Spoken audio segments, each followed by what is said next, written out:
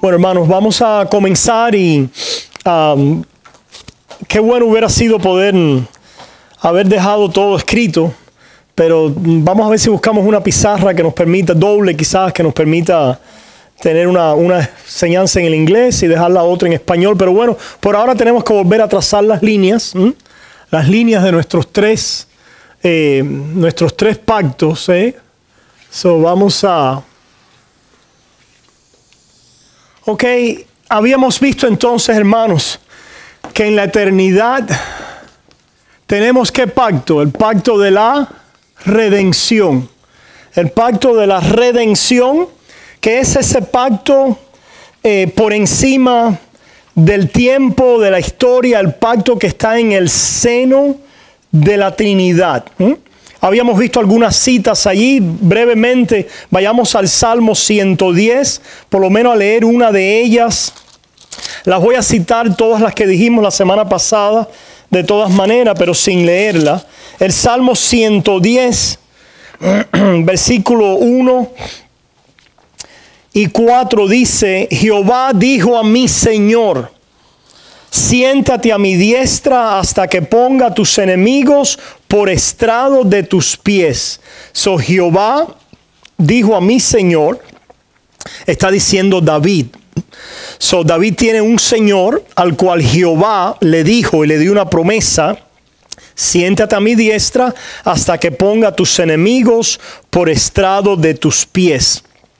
Creo que aquí la palabra para Señor es Adonai y Jehová es Yahweh. Yahweh le dijo a Adonai, Adonai es el Señor, que en este caso es una referencia de Cristo en su posición de mediador. Jehová, el Padre, le dijo al Hijo en su posición de mediador: siéntate a mi diestra, tú vas a reinar, vas a vencer sobre los enemigos. ¿Y a través de qué obra el Hijo va a vencer conforme a este pacto que sale del seno del Dios Trino? Versículo 4, juró Jehová y no se arrepentirá, tú eres sacerdote para siempre, según el orden de Melquisedec.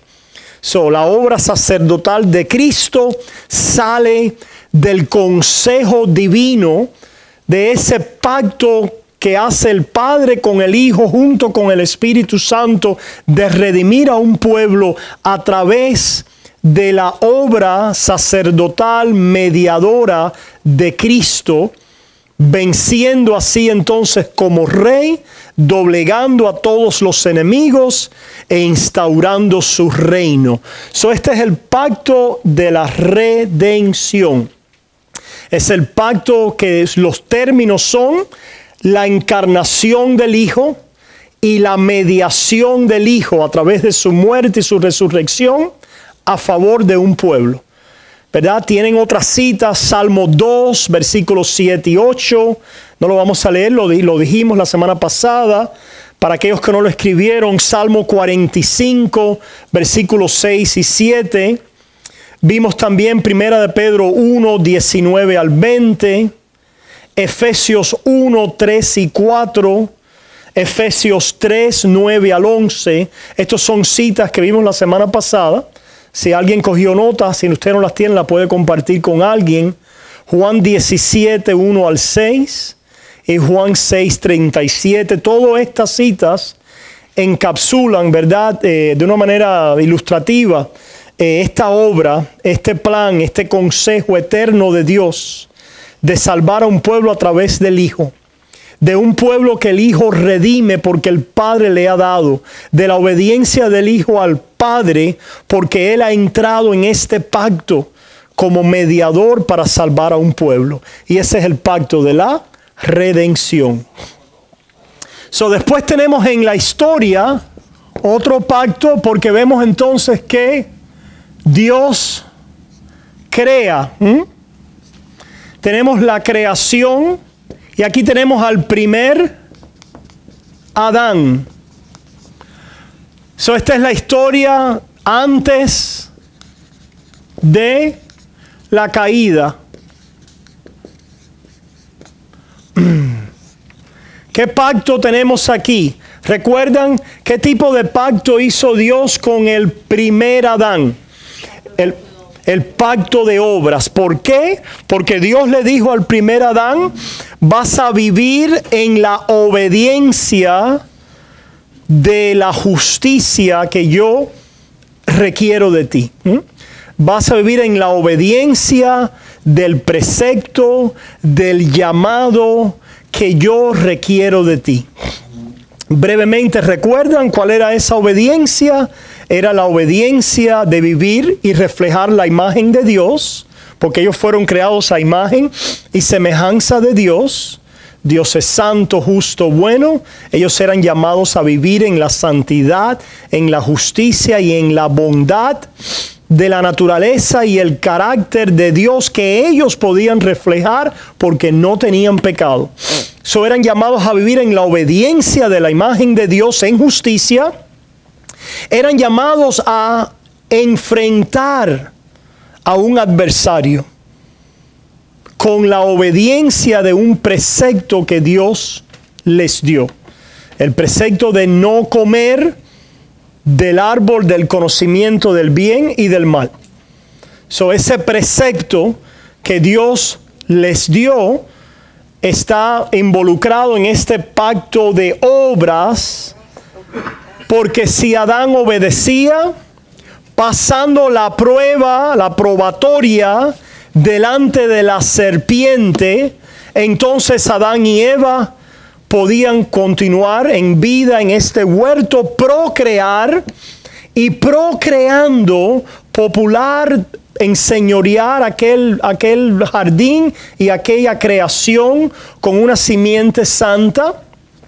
Y vimos también en Génesis capítulo 1, capítulo 2, capítulo 3, que había otro árbol que era el árbol de la vida, que después que Adán y Eva caen es quitado del jardín bajo la siguiente explicación: para que ellos no coman y vivan para siempre. So, ese árbol que estaba ahí y la implicación es válida, de que pasando la probatoria, viviendo en la obediencia que Dios había requerido de Adán y procreando una simiente santa, ese árbol estaba ahí como un final escatológico del primer Adán, para establecer en obediencia, ¿verdad?, a toda la humanidad. So, ese es el pacto de obras. Ese es el pacto a través del cual Adán hubiera vivido si se hubiera mantenido en el precepto, en la obediencia que Dios requería de él. So, le llamamos a esto pacto de obras.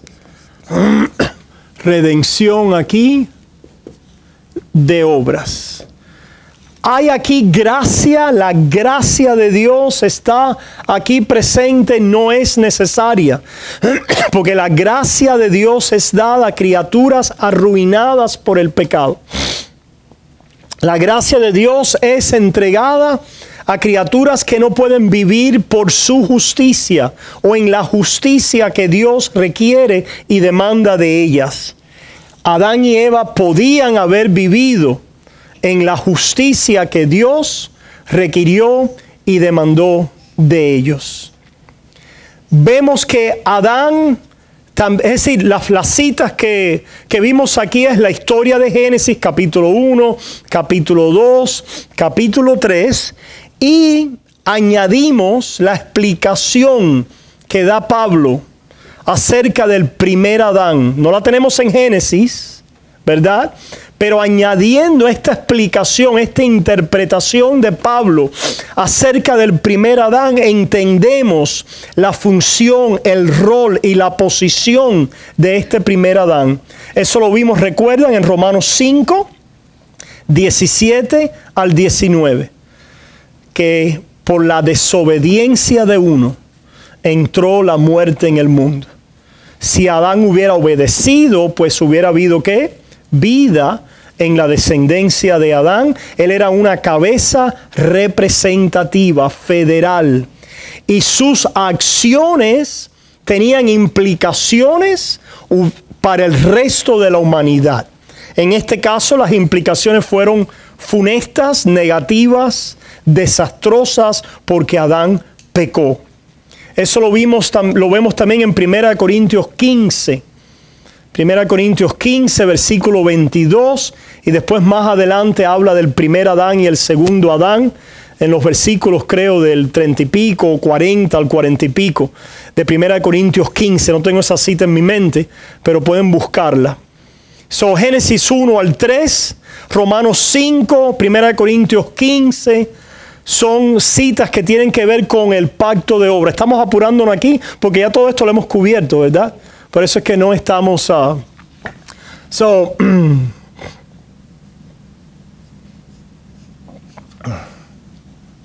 Vinimos entonces aquí a la caída.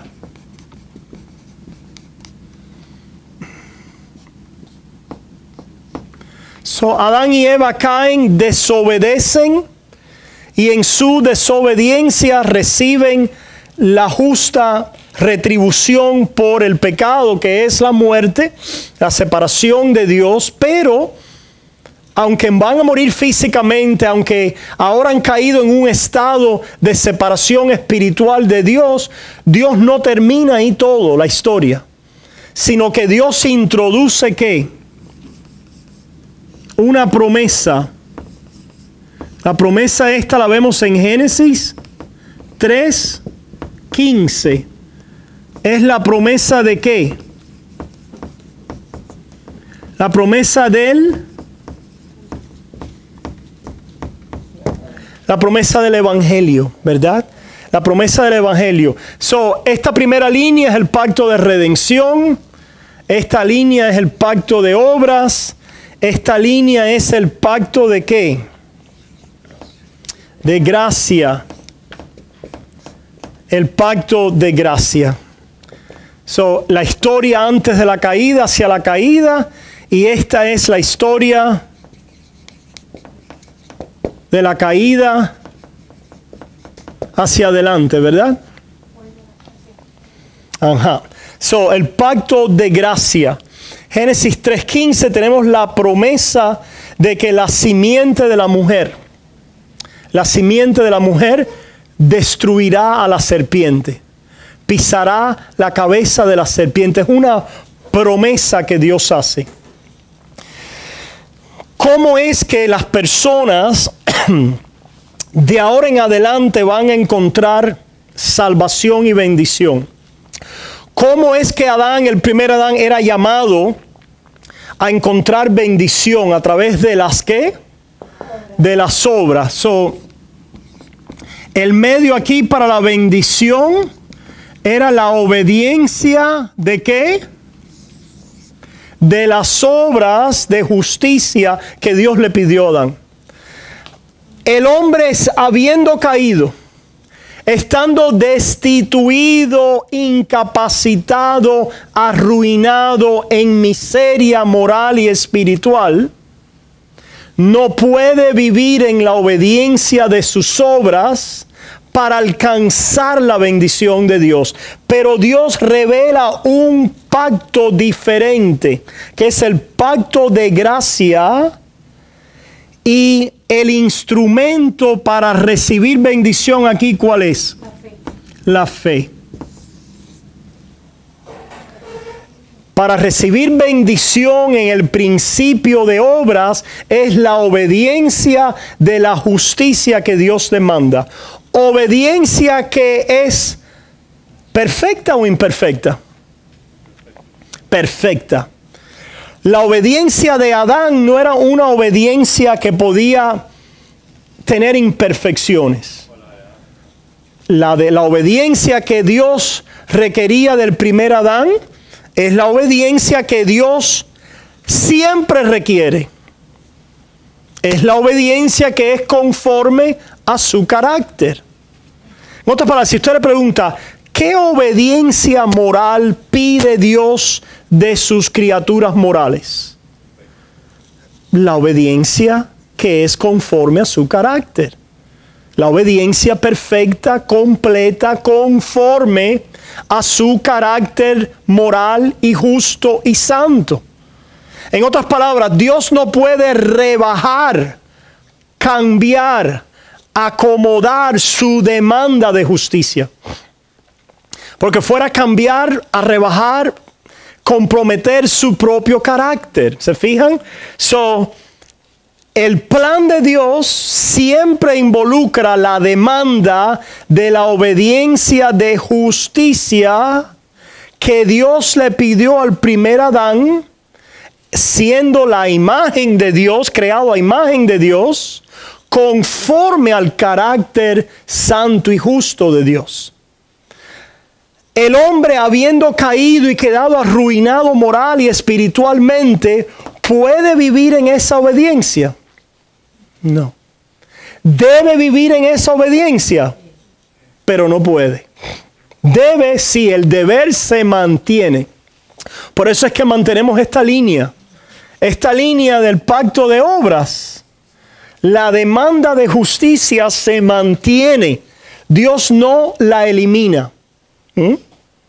No la elimina. Lo que Dios va a hacer es que en este pacto de redención, ¿recuerdan?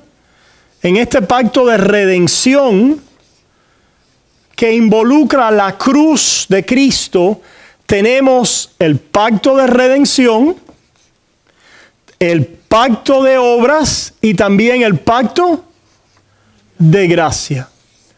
En la cruz de Cristo, la justicia y obediencia que Dios demanda conforme a su carácter será vindicada. Es vindicada. Dios no echa a un lado su demanda de justicia, Dios la vindica. ¿Qué cosa es vindicar? Un sinónimo para vindicar.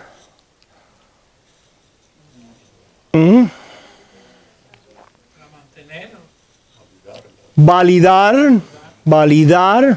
Cuando tú dices ese hombre quedó vindicado en su inocencia. Su inocencia fue vindicada. ¿Qué quiere decir? Había estado en tela de juicio, había estado comprometida, dudosa, pero fue vindicado. Se demostró, se comprobó, se probó, se evidenció que su justicia era íntegra. El pecado trae una mancha a la creación de Dios. La creación de Dios es una creación en justicia, en santidad. Pues Dios la va a vindicar. Dios va a vindicar su justicia, su demanda moral de justicia y de santidad. Y la va a vindicar ¿en quién? En la persona y la obra de Jesús. Porque Jesús va a vivir, a cumplir todas las demandas de la justicia de Dios. Jesús es el Adán que entra habiendo fracasado el primero, entrando como un hombre para salvar al hombre. Entrando como un hombre a cumplir, a satisfacer, a vindicar la justicia de Dios. Él la vindica en su obediencia. Cristo Jesús, el mediador. Aquí los términos del pacto de redención es Cristo como el mediador. Cristo como mediador vindica la justicia de la creación del pacto de obras. Cristo como mediador vindica la justicia de Dios para entregarnos a nosotros que no la tenemos, entregarnos la justicia a través de ¿qué? De la fe. A través de la fe. Entregárnoslas como un regalo. ¿Qué quiere decir como un regalo? ¿Qué justicia nos va a entregar como un regalo? La justicia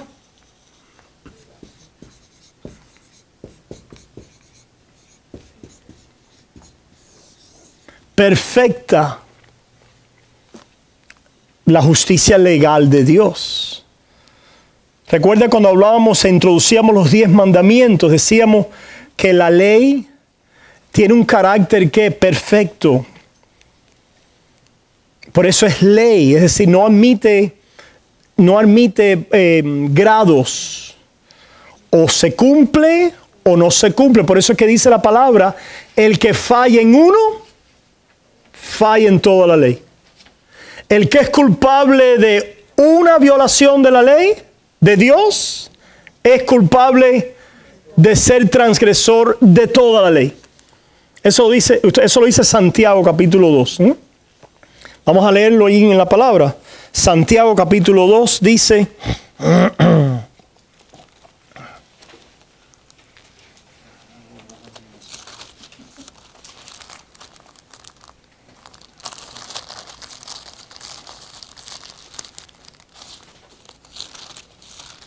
Santiago 2, versículo 10. Porque cualquiera que guardare toda la ley, pero ofendiere en un punto, se hace culpable de todos. Santiago capítulo 2, versículo 10. Cualquiera que guardare toda la ley, pero ofendiere en un punto, se hace culpable de todo. ¿Se fijan? Por eso es que nosotros no podemos ser salvos por nuestra justicia. Hay personas que dicen, bueno, yo no soy perfecto, pero yo trato. Yo tengo algunas cosas buenas. No puedes tener algunas cosas. Tienes que tenerlas todas. No te puede faltar ninguna. Si tú quieres ser salvo a través de la justicia de la ley o de tu obediencia, tienes que cumplir toda la ley. Esa es la demanda de la ley moral de Dios. El hombre pecador ha quedado arruinado, no puede rehabilitarse, salvarse, restaurarse por la obediencia de la ley, pero va a ser salvado a través de la fe, por gracia. ¿Qué va a hacer Dios por gracia? Salvarlo. ¿Y cómo lo salva Dios? Gracias. Esta es la palabra clave. Justificándolo. Justificándolo. ¿Qué quiere decir la justificación? La justificación es un veredicto legal. La justificación es un veredicto legal que Dios emite, donde al pecador que no puede cumplir todas las demandas de la ley y que es culpable, cuando el pecador mira a Jesús y confía en Él, es un pecador, ¿verdad? Está destituido de la gloria de Dios. No tiene en sí mismo ningún mérito, es un malvado, es impío. ¿En qué? En sus obras, en sus obras. Pero cuando se arrepiente y a través de la fe se voltea a Jesús y confía en Él, Dios lo justifica. El perdón de un lado y la justificación del otro. El perdón es que le borra todos sus pecados. Pero si Dios nada más borrara nuestros pecados, todavía necesitamos para pararnos en la presencia de Dios, ¿qué? Justicia. Aquí es donde muchas personas se equivocan, porque ven la salvación solamente como el perdón de pecados. Pero ahora, con la ayuda de Dios, tenemos que obrar de ahora en adelante, portarnos bien, obrar la justicia. Bueno, y las personas dicen, bueno, no perfecta, porque ya Dios nos perdonó. Pero tenemos que mantenernos en la obediencia para que Dios nos reciba. ¿Qué es lo que le falta a esa ecuación? el entendimiento de la justificación. Que nosotros los creyentes, aunque todos vamos a tener una medida de obediencia, que es un fruto de fe y los frutos del Espíritu, no somos salvos por los frutos del Espíritu, no somos salvos por nuestra obediencia, sino somos salvos por el veredicto de absolución, justificación que Dios emite sobre nuestras vidas. Que nosotros, siendo culpables, Dios dice inocente. Que nosotros, siendo pecadores, Dios dice no veo pecado. Que nosotros, no teniendo la justicia de la ley, Dios dice te veo santo y justo, como si hubieras cumplido todos mis mandamientos. Esa es la justificación. Vamos a verlo en la palabra. Vayamos a Romanos capítulo 4. Este pacto de gracia funciona de esta manera. En Romanos capítulo 4 escuchamos lo siguiente. Versículo 3. Porque ¿qué dice la Escritura? Creyó Abraham a Dios y le fue contado por justicia. Abraham no tenía ningún mérito delante de Dios. Él creyó a Dios y Dios le dijo, te declaro, porque creíste en mi promesa, te declaro justo. Esta es la manera en que Abraham fue salvo. ¿Recuerdan que dijimos que de la promesa en adelante vamos a tener qué? Vamos a tener la revelación progresiva de diferentes personajes y figuras, ¿verdad? Tenemos a Noé. Más adelante veremos estos pactos pequeños de apoyo al pacto de gracia en la palabra de Dios. Y tenemos a Abraham. Abraham es la figura paradigmática de la fe, del principio de fe, aunque el principio de fe está presente de aquí en adelante en todos los que son salvos. ¿Cómo es que Abraham fue salvo? Abraham, Dios le dio una promesa y Abraham la creyó. Y al creerla, Dios dice, Abraham, para heredar conmigo hay que tener justicia y tú no la tienes. Pero yo cargo a tu cuenta, te imputo la justicia del mediador, porque tú has creído en mi promesa. Esa es la justificación. No es que Abraham tenía justicia conforme a la ley. Él era un pecador como todos los hombres nacidos del primer Adán. Pero creyendo en la promesa, la justicia del mediador perfecta le es cargada a su cuenta. ¿Verdad? Es algo así como tener una tarjeta de débito o de crédito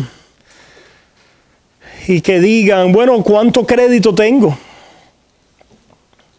Bueno, conforme al primer Adán, ninguno. Estás en bancarrota. Lo que tienes es una deuda que no la brinca un chivo.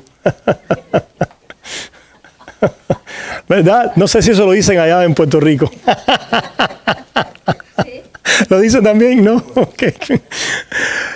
Pero, dice Dios, conforme a ti, a tu carne, a Abraham, estás perdido. Pero estás confiando en el mediador, en mi promesa. O el mediador tiene un crédito ilimitado. Ilimitado. Ilimitado. Completo. Lo voy a cargar a tu cuenta. Eso es la justificación. La palabra bíblica es la imputación, ¿verdad? El contar a nuestra cuenta los recursos o la justicia de Dios en Cristo a mi favor. ¿Se fijan entonces, hermanos? No somos salvos por nuestros méritos, por nuestras obras. Somos salvos por la obra del mediador, que es cargada a mi cuenta, imputada, atribuida a mi favor en el veredicto de justificación que Dios emite cuando un pecador mira a Cristo y cree en Él. Es perdonado y es justificado. Seguimos leyendo. Versículo 4 de Romanos 4. Pero al que obra, no se le cuenta el salario como gracia, sino como deuda. ¿Verdad? Tú obras y se te paga lo que tú has ganado. ¿Verdad? Al primer Adán se le iba a pagar lo que él tenía que obrar.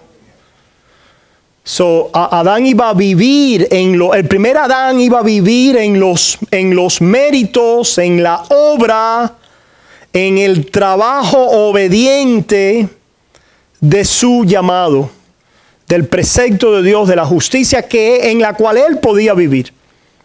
¿Ok? Cristo viene y obedece y gana para nosotros una redención que no existía entre los hombres. Porque la raza humana estaba como arruinada. El balance era sub-cero en la tarjeta. Estábamos en bancarrota. Pero Cristo viene y la llena hasta el cielo. Para que todo aquel que esté en Cristo está en el cielo. Está completo. Es justificado a través de la fe. Pero fíjense que hay dos principios opuestos, la fe y la obra. No es que el principio de obras, aquí es donde las personas se equivocan, hermano. Todas las obras no son malas. ¿Y quién está diciendo eso? No es que las obras sean malas.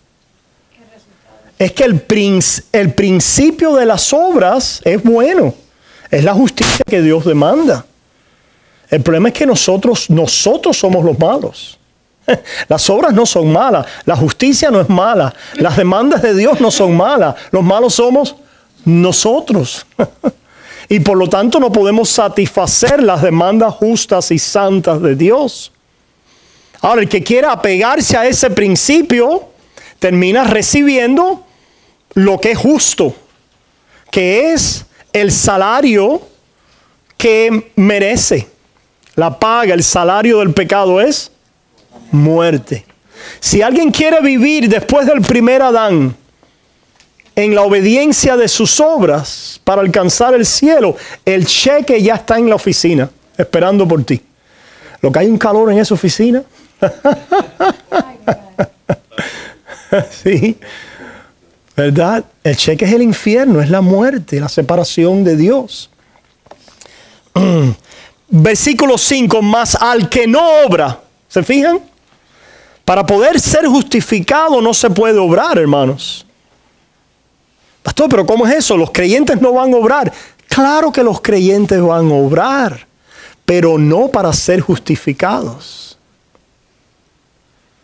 No para ser salvados. Los creyentes obran porque ya han sido justificados. Los creyentes obran porque ya han sido salvados. Ahora que me dicen, pastor, pues si la salvación es así, un regalo sin obrar, pues entonces yo me voy a hacer todo tipo de fechorías y me voy a tirar como las cabras al cerro a hacer de las mías. Entonces tú no has conocido la gracia de Dios. No has conocido la gracia de Dios. Porque la gracia de Dios transforma y cambia por el principio del amor. El que cuando entiende la gracia, el mensaje que capta ahora, ahora puedo hacer lo que me da la gana y cometer cualquier pecado. Ese no ha recibido la gracia de Dios. Estaba viviendo por temor. Ese es el hermano mayor que estaba trabajando en la casa del padre del hijo pródigo, que estaba trabajando sin amar al padre. estaba trabajando hasta que poder cumplir y recibir lo que él merecía. Y por lo tanto, cuando el Padre se vuelve en misericordia al Hijo, Él lo resiente. Porque el principio por el cual Él trabaja es el salario, el mérito y lo que yo me merezco. No es que amaba al Padre y que vivía en casa del Padre agradecido por ser hijo del Padre. ¿Se fijan? La gracia no es un camino de libertinaje, es perdón y justicia sin obras, y esa gracia transforma. Esa gracia captura un corazón en gratitud, en alabanza, en adoración al Dios que le ha rescatado. Mas al que no obra, sino cree en aquel que justifica, al que ha comenzado a dejar su impiedad, al que ahora es menos impío, al que ahora tiene algunas obras justas, al que ha rendido todo su corazón a Cristo, al que se ha negado a sí mismo, vendiendo todos sus bienes, al que ha hecho sacrificios de amor, al que ha comenzado a ser bueno aunque no es perfecto. ¿A quién justifica Dios?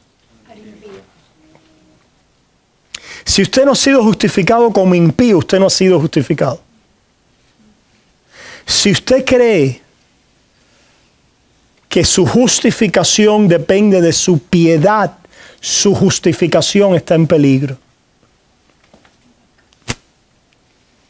Está en peligro. Porque Dios no justifica al piadoso, justifica al impío. Y la justificación del impío nos declara y nos transforma en frutos de piedad. Pero continuamos en nosotros mismos, en nuestra carne, teniendo la herencia del primer Adán y del impío, lo que ahora oímos ahora bailamos con una tonada diferente. Es otro refrán, no me acuerdo ahora cómo se decía bien. Porque ahora oímos el veredicto de Dios, que nos declara aquello que es contrario a lo que nosotros vemos en lo profundo de nuestros corazones. Que yo veo pecado y Dios me declara santo y justo. Qué gran misericordia es esta. ¿Se fijan? Y esa declaración de Dios, fíjate, aquí verdaderamente se cumple lo del declara. Lo del declara y se cumple. Dios es el que declara. Cuando Dios declara, su declaración tiene el poder de ganar una conciencia. Porque la declaración de Dios en Cristo Jesús crea fe. Y la fe abraza y confía. Y la fe que abraza y confía es una fe que transforma. ¿Se ven las conexiones, hermanos? Mas al que no obra, sino cree en aquel que justifica al impío, su fe le es contada por justicia. Como también David habla de la bienaventuranza del hombre. Fíjense, hermano, ¿qué cosa es bienaventuranza? Felicidad, bendición. La bienaventuranza, la bendición del hombre a quien Dios atribuye justicia con un poco de obras, con un comienzo de obras, con obras parciales, con buenas intenciones, con un corazón que ya no es tan malvado. Dios atribuye justicia sin obras. ¿Se fijan, hermanos? diciendo: bienaventurados aquellos cuyas iniquidades son perdonadas y cuyos pecados son cubiertos. Bienaventurado el varón a quien el Señor no inculpa de pecado. ¿Por qué no le inculpa de pecado? Porque le ha perdonado y le ha imputado la justicia de Cristo. Esto es lo que Lutero llamaría the happy exchange o the happy commerce, el comercio feliz, el intercambio feliz, que Dios imputa a la cuenta de Cristo todas mis maldades, y que imputa, carga, atribuye a la cuenta de Cristo todas mis maldades. Y que Dios imputa, carga, atribuye a mi cuenta toda la justicia de Cristo. Vayamos a 2 de Corintios. 2 de Corintios capítulo 5. Y vemos ahí este comercio feliz. Este intercambio feliz. 2 de Corintios 5:21. 2 de Corintios 5:21. Al que no conoció pecado, por nosotros lo hizo pecado. Pregunta: ¿Cristo pecó? No. Él estaba sin pecado. Cuando dice aquí la palabra, al que no conoció pecado, lo hizo pecado, está queriendo decir que lo convirtió en un pecador, que hizo que Cristo tuviera pecado en su propia vida. No. ¿De qué está hablando? De imputación, de atribuir, de constituir a Cristo, ponerlo en una posición, pero que Él en sí mismo no la ha obrado, no la ha ganado. En otras palabras, Cristo no ha obrado pecado, pero es constituido, puesto como un pecador.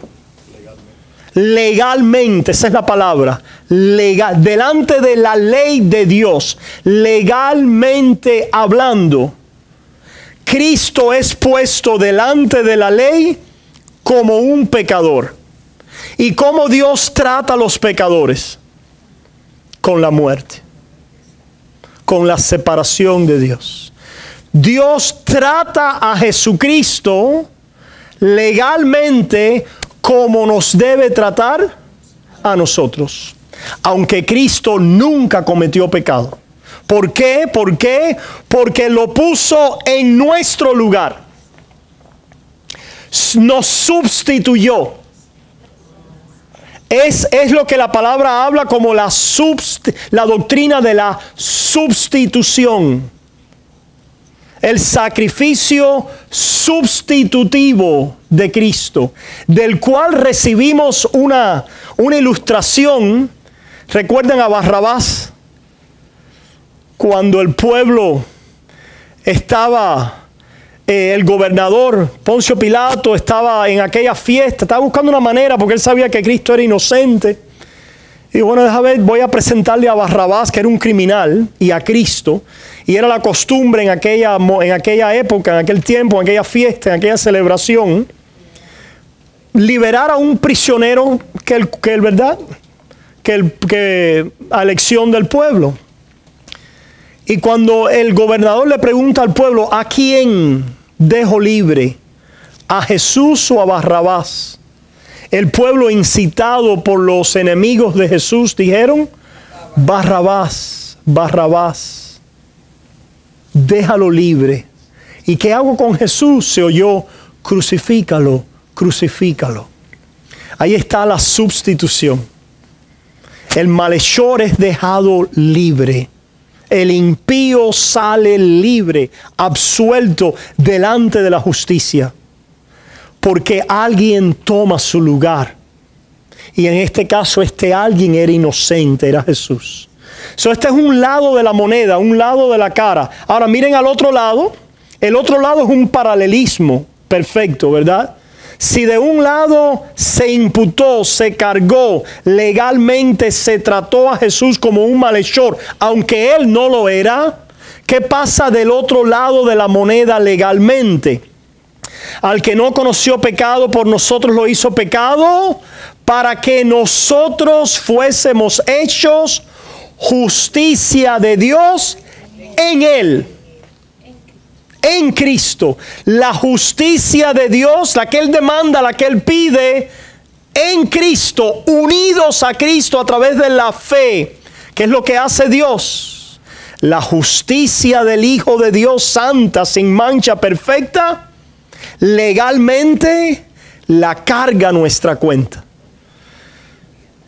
El Hijo que es santo, justo, bueno, sin mancha, toda esa justicia la carga a mi cuenta y la pone a mi favor. Y pregunta, ¿cómo Dios trata a los justos? Resucitan, heredan el cielo, la bendición y todas las cosas. ¿Se fijan? Este es el comercio feliz del que hablaba Lutero. Hermanos, estas son las dinámicas del pacto de gracia, en el cual recibimos a través de la fe. Y Abraham tiene un carácter aquí tipológico del padre de la fe. Pero seguimos adelante. Y después de Abraham entramos entonces en un paréntesis muy interesante. ¿Qué paréntesis es este? Vamos a hacer aquí como una pequeña pirámide.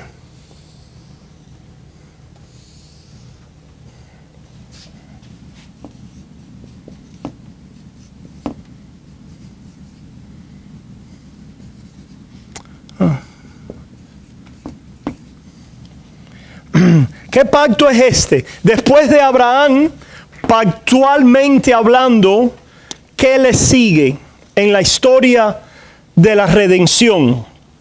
El pacto mosaico.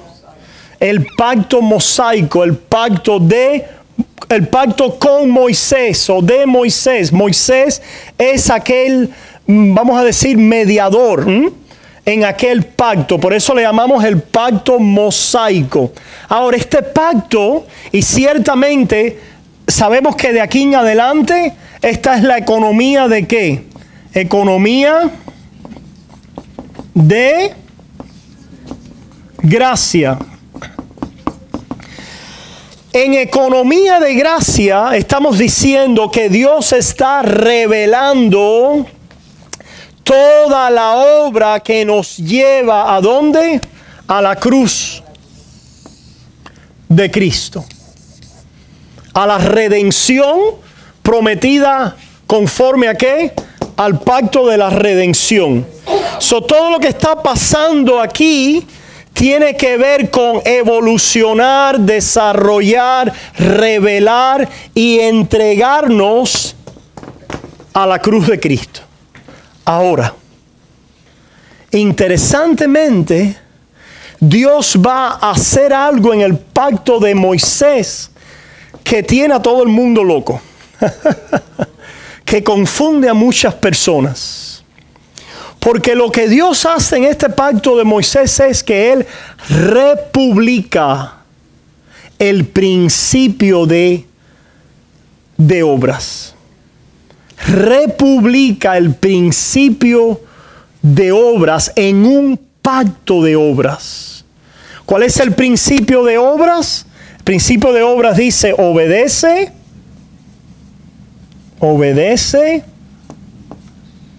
y entonces tienes bendición. Si desobedeces,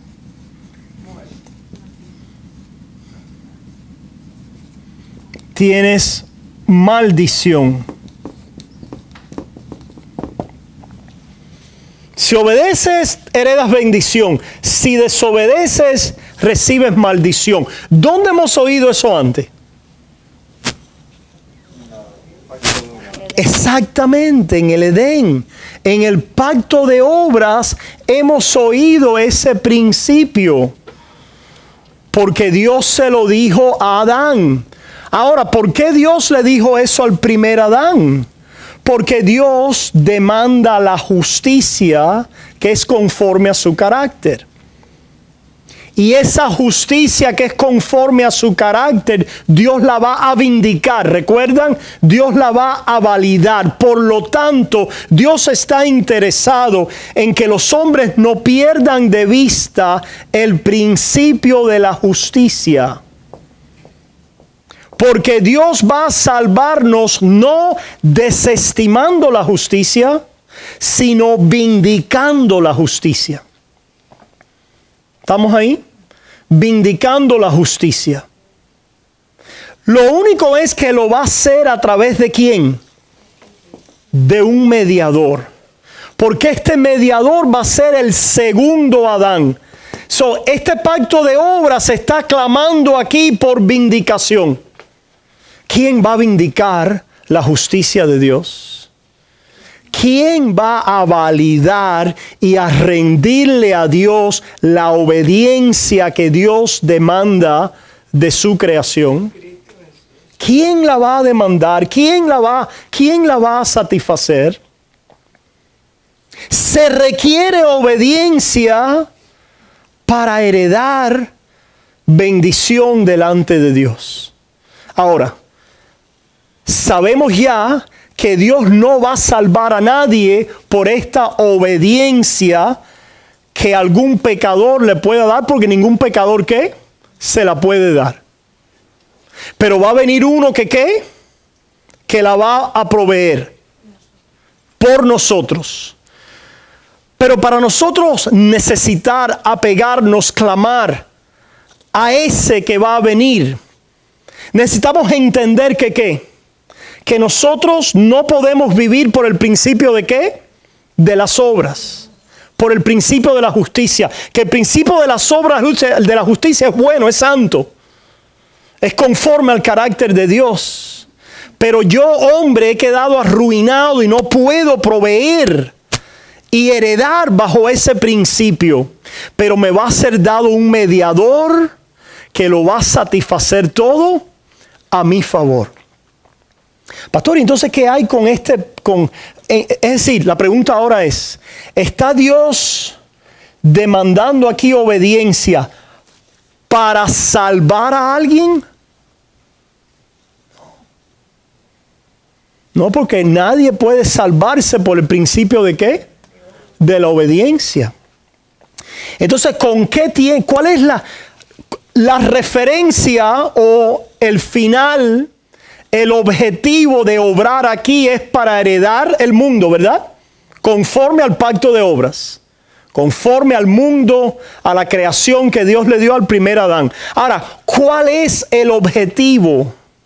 La referencia, el propósito de este principio de obras conforme a un pacto de obras que Dios republica en el pacto de Moisés. ¿Cuál es la referencia? ¿Cuál es la referencia?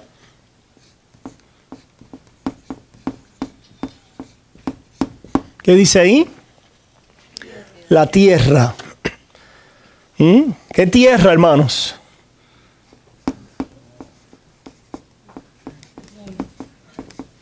La nación de Israel, la tierra, el reino.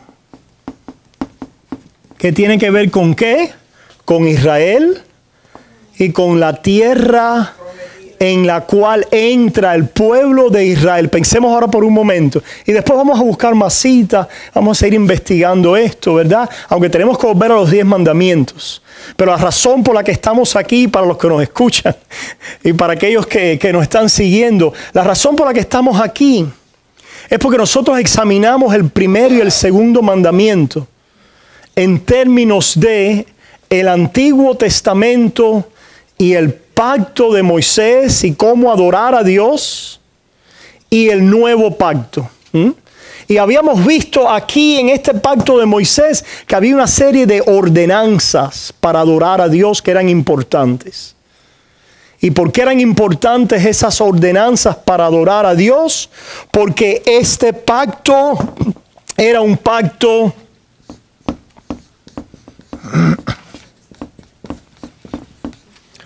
tutorial,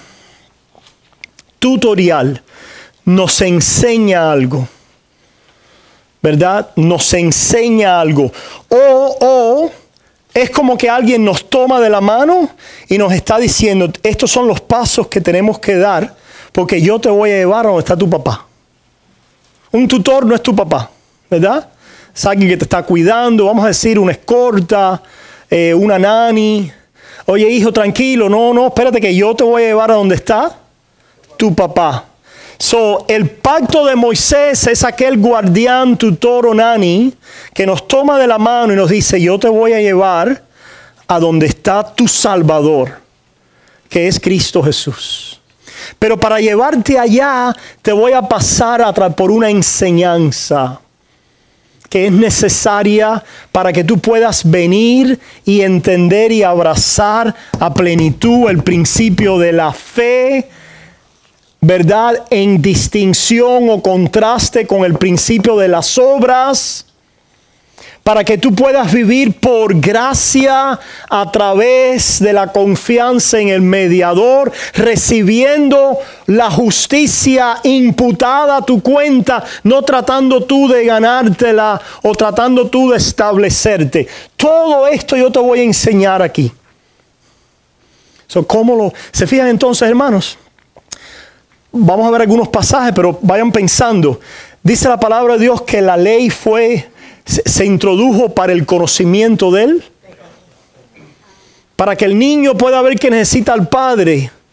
Necesita ver que él no es un adulto. Que si lo suelto y lo dejo solo, se muere. No puede valerse por sí mismo. Espérate, tranquilo, déjame mostrarte. A ver, tú puedes caminar, a ver, tú puedes hacer algo ahí.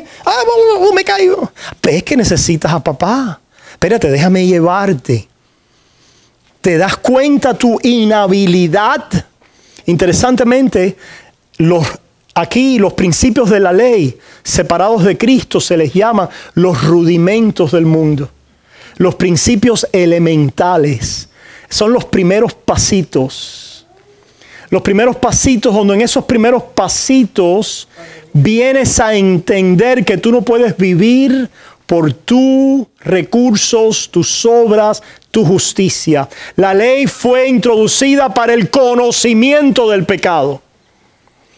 Demanda la justicia que Dios demanda, ¿dónde? ¿Por qué, hermanos? Porque aquí está la ley, ¿qué? La ley moral de Dios, ¿verdad que sí? La ley moral, el decálogo, los 10 mandamientos, es requerido de Israel bajo el pacto de Moisés. Pero, ¿dónde dijimos que estaba la ley moral también demandada o requerida? De Adán. De Adán. Aunque Adán no tenía los 10 mandamientos, pero en aquel precepto que Dios le da y en aquel llamado a vivir conforme a la imagen de Dios, estaba allí implícito el llamado a vivir moralmente en amor a Dios y en amor al prójimo. En un momento en la historia, Dios trae un registro específico de la justicia que Él demanda. Los hombres desde Adán en adelante viven sin un registro específico de los preceptos morales de Dios. Son pecadores. La conciencia les testifica que son pecadores. Ahora, ellos saben de cuántas formas están pecando. Ellos saben de cuántas maneras están transgrediendo la ley de Dios. No saben. Están pecando y están muriendo, no a la manera de Adán, dice la Biblia. En Romanos 5, aquellos que pecaron no a la manera de Adán, porque Adán tenía un precepto. ¿Se fijan? Estos están pecando sin ningún precepto explícito, sino simplemente la ley de Dios, ¿dónde? En la conciencia. Por eso, antes de llevarlo a Cristo, Dios va a traer un registro, una contabilidad precisa de ¿qué? De el pecado. La ley se introdujo para el conocimiento del pecado. ¿Se fijan? Para tapar para que a nadie le quede duda de que ha pecado. Nadie le debiera tener dudas acerca de eso, pero como el hombre se escabulle de la justicia de Dios y la conciencia los dejaba sin excusa y la creación, pero de todas formas Dios dice, no, pero voy a revelar algo más profundo. Voy a revelar mi ley moral. mis 10 mandamientos, la manera, la justicia que yo pido del hombre, ¿verdad? Voy a revelar la necesidad de justicia, de santidad delante de mí conforme al pacto de obra. Lo que si aquí se abre la gracia, de aquí a aquí se abre la justicia. ¿Qué quiere decir se abre? La revelación de la justicia que Dios demanda se profundiza. Es como una ecuación matemática que puede ser o despejada. Despejada se hace pequeña, ¿no? Cuando despeja la haces grande. Y cuando se simplifica, se dice. Cuando la simplifica la traes al menor de mínimo, ¿qué? A la mínima expresión. Hay otros matemáticos. Aquí tenemos un profesor de matemáticas, míralo ahí. Tremendo doctor en matemáticas. Está callado ahí. A la mínima expresión, la ley aquí estaba, ¿en dónde?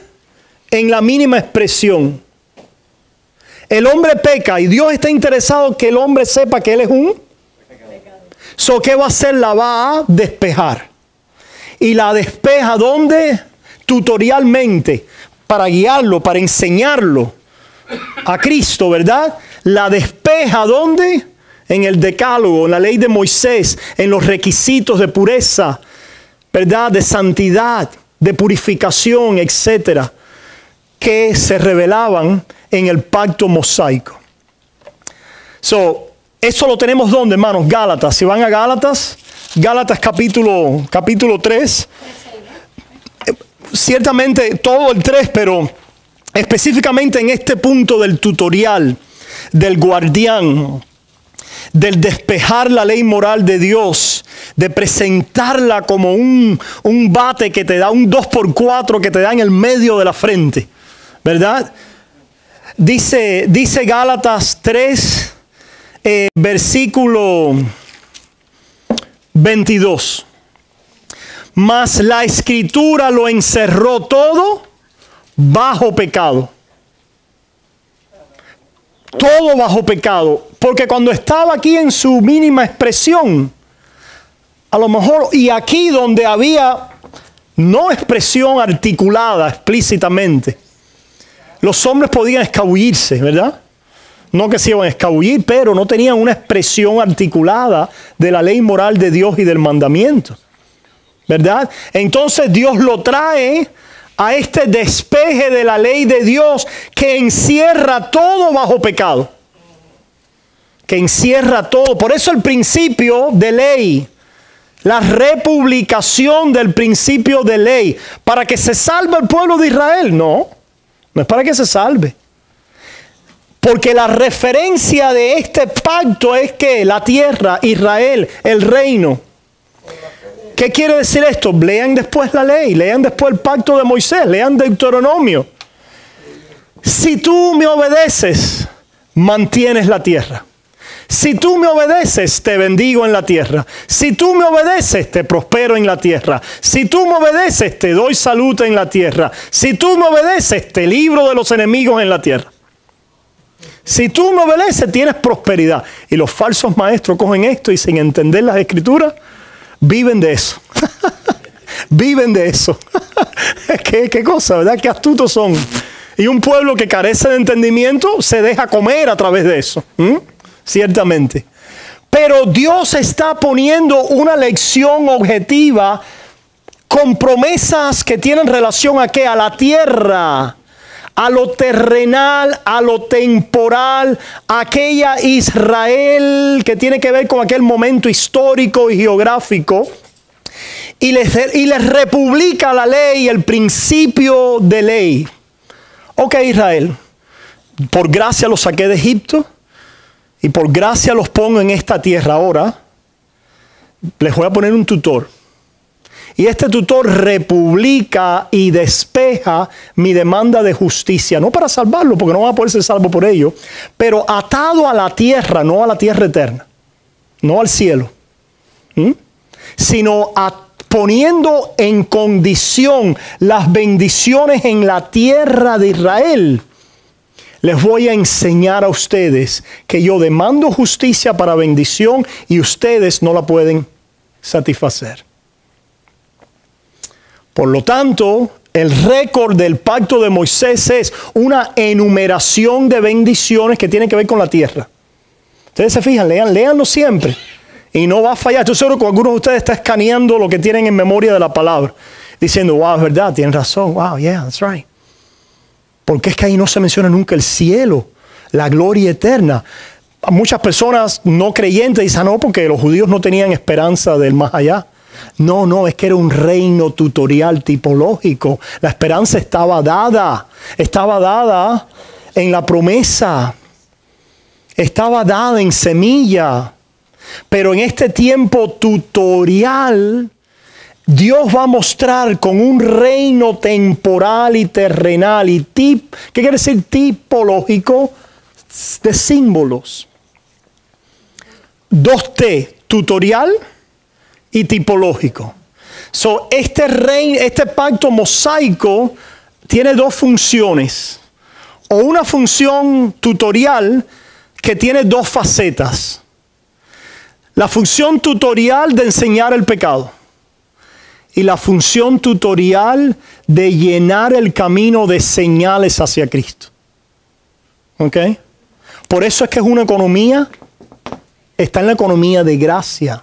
Porque el mismo pacto de Moisés, por un lado, tiene las demandas de obediencia y las maldiciones, etc. Pero también está lleno de señales que tienen que ver con Cristo. Los sacrificios, la circuncisión, profetas, sacerdotes, rey, los oficios que había en el pueblo, el santuario, el lugar santísimo, el templo, el velo, lleno de ¿qué? De señales y de símbolos hacia Cristo Jesús. Sin embargo, era un pacto de ley, quiere decir, de obras. Si haces tal cosa, te bendigo. Pero no es el pacto de obras para salvar. No es el pacto de obras para salvar. El pacto de obras para salvar fue publicado aquí. Dios no está poniendo a Israel bajo la condición de obrar para salvarlos. Está poniendo a Israel bajo la condición de obrar para bendecirlos en la tierra. ¿Y cuál es el resultado final de este pacto? Bueno, ciertamente hubo un tiempo de ascendencia. El reino se consolida, se expande. Y hubo momentos en la historia de Israel de bendición. Y pregunta, ¿cuándo fueron esos momentos? Piensen, ¿con qué está relacionado esos momentos de prosperidad, de bendición, de éxito? ¿Con qué? ¿Pero la obediencia de quién?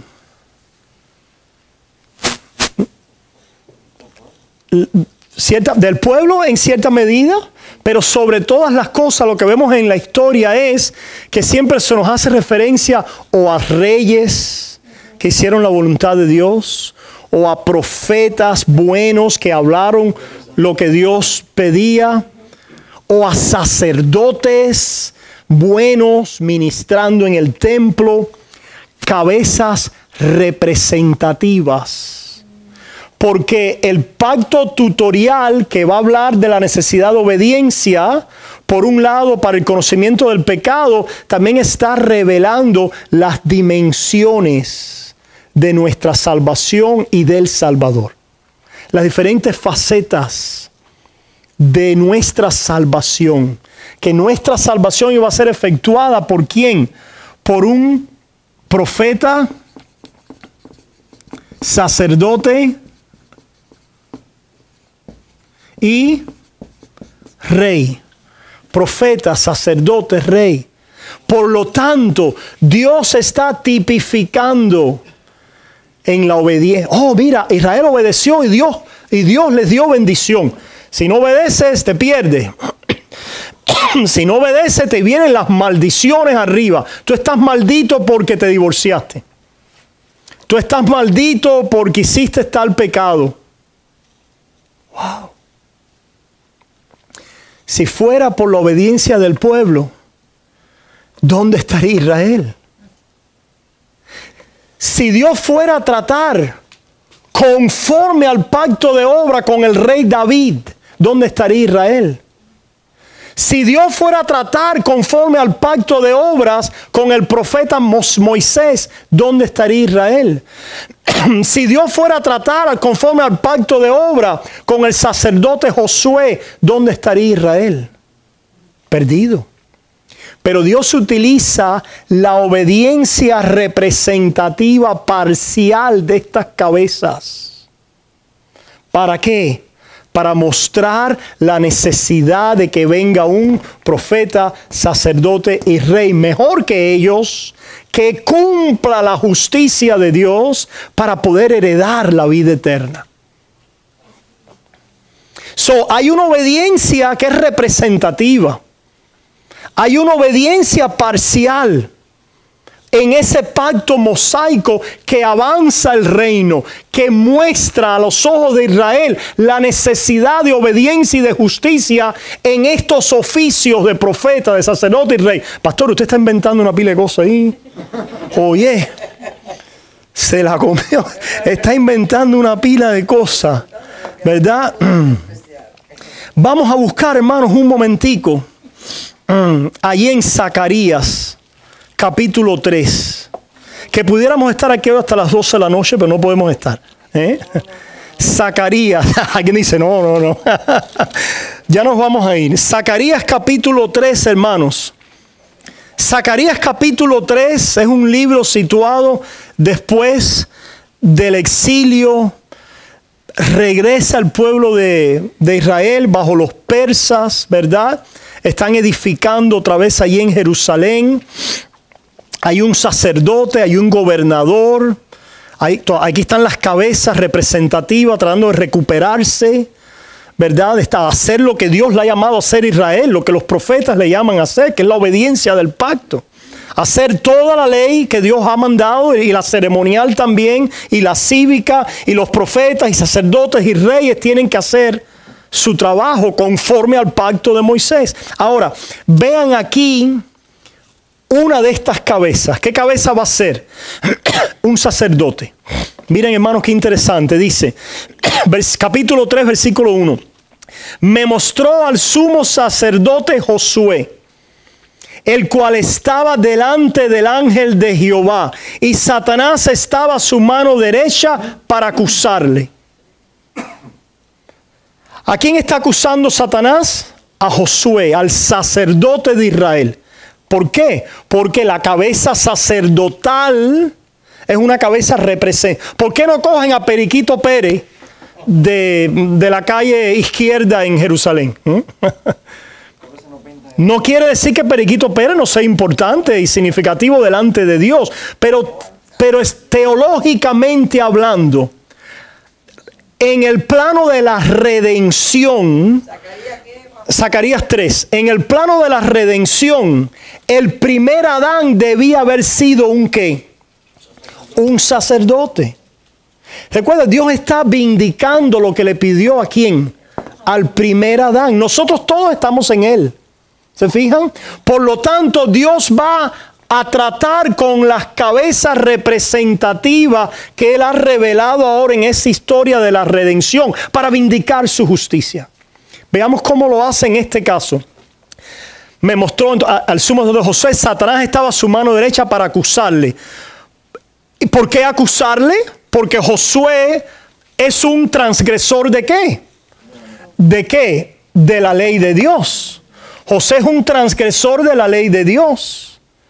Josué está en el primer Adán, como transgresor de la justicia y del pacto de obra de Dios, ¿verdad? Y dijo Jehová a Satanás, Jehová te reprenda. Jehová le dijo a Satanás, Jehová te reprenda. Wow. Oh Satanás, Jehová que ha escogido a Jerusalén, te reprenda. ¿No es este un tizón arrebatado del incendio? Y Josué estaba vestido de vestiduras viles y estaba delante del ángel de Jehová. Josué, el sacerdote Josué en sí mismo, conforme a la ley moral de Dios y conforme al pacto de obra, ¿qué tiene él en sí mismo? Vilezas, vestiduras viles, impiedad. Impiedad, ¿se fijan? Y Satanás puede mirar a esa impiedad y ¿qué? Y acusar. Y la prosperidad de Israel depende de que se pare un Josué, que sea fiel. A propósito, Josué es el nombre de ¿quién? De Jesús, Yeshua. Yeshua. Ese es el nombre Josué, ¿verdad? Esta es una cabeza representativa, simbólica, que número uno representa en sí mismo la impiedad del hombre, la inmundicia del hombre, la acusación de Satanás sobre él, conforme al pacto de obra y bajo la ley moral de Dios. Pero mira qué sucede, hermano. Y habló el ángel y mandó a los que estaban delante de él, diciendo: quitadle esas vestiduras viles. Y a él le dijo: mira que he quitado de ti tu pecado. Hermano, esto es ahora que nosotros conocemos la gracia, estamos conociendo doctrinalmente cómo es que un ser humano puede pararse delante de Dios. ¿Qué es lo que está haciendo Dios aquí? Justificando, emitiendo su veredicto de justificación. No es que Josué de pronto obró justicia para que Dios lo viera justo. Josué está vil e injusto y pecador. ¿Y qué dice el Señor? Yo te limpio, yo te cubro. ¿Con qué? Con su veredicto de justicia, de imputación, basado en la promesa del mediador. Es como Adán y Eva. Adán y Eva pecaron y estaban cubiertos ¿con qué? Con delantares cubriendo su vileza. Y Dios hizo un sacrificio y los vistió.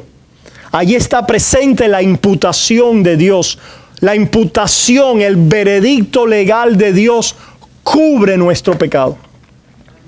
Con la perdona y cubre con justicia.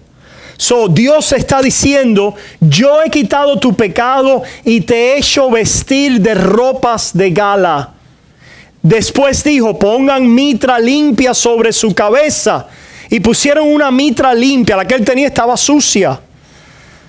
¿De quiénes son estos vestidos de gala? ¿De quién es esta mitra limpia? Y pusieron una mitra limpia sobre su cabeza y les vistieron las ropas sacerdotales. Y el ángel de Jehová estaba en pie. ¿Qué quiere decir eso? Es el que estaba ¿qué? Intercediendo. Este es el Cristo preencarnado, prometido, intercediendo a favor de Josué. Porque este Josué, para terminar esta fase del tutorial, necesita continuar siendo una señal al Josué que viene. Necesita continuar siendo un símbolo sacerdotal para el Josué que viene. Y mira lo que sigue diciendo la palabra. Y el ángel de Jehová amonestó a Josué diciendo: así dice Jehová de los ejércitos, si anduvieres por mis caminos y si guardares mis ordenanzas, también tú gobernarás mi casa, también guardarás mis atrios, y entre estos que aquí están te daré lugar. El sacerdote Josué debe guardar ¿qué? La ley de Moisés. Y si la guarda, Dios le da lugar de un lado, le da lugar en la tierra. Si Josué cumple con todo lo que Josué debe cumplir. Pero aunque eso es parte de lo que la ley demanda, la ley está funcionando ¿para qué? Para mostrarle a Josué que nunca va a poder cumplir con las demandas de Dios de tal manera que puede heredar la vida eterna, y se lo va a mostrar con el declive finalmente del reino de Israel, que termina corrompido y termina en el yugo de enemigos. Israel no puede obtener bendición en el reino y en la tierra por el pacto mosaico, porque ellos violaron y quebrantaron ese pacto. Lo que merecen y reciben son las maldiciones del pacto.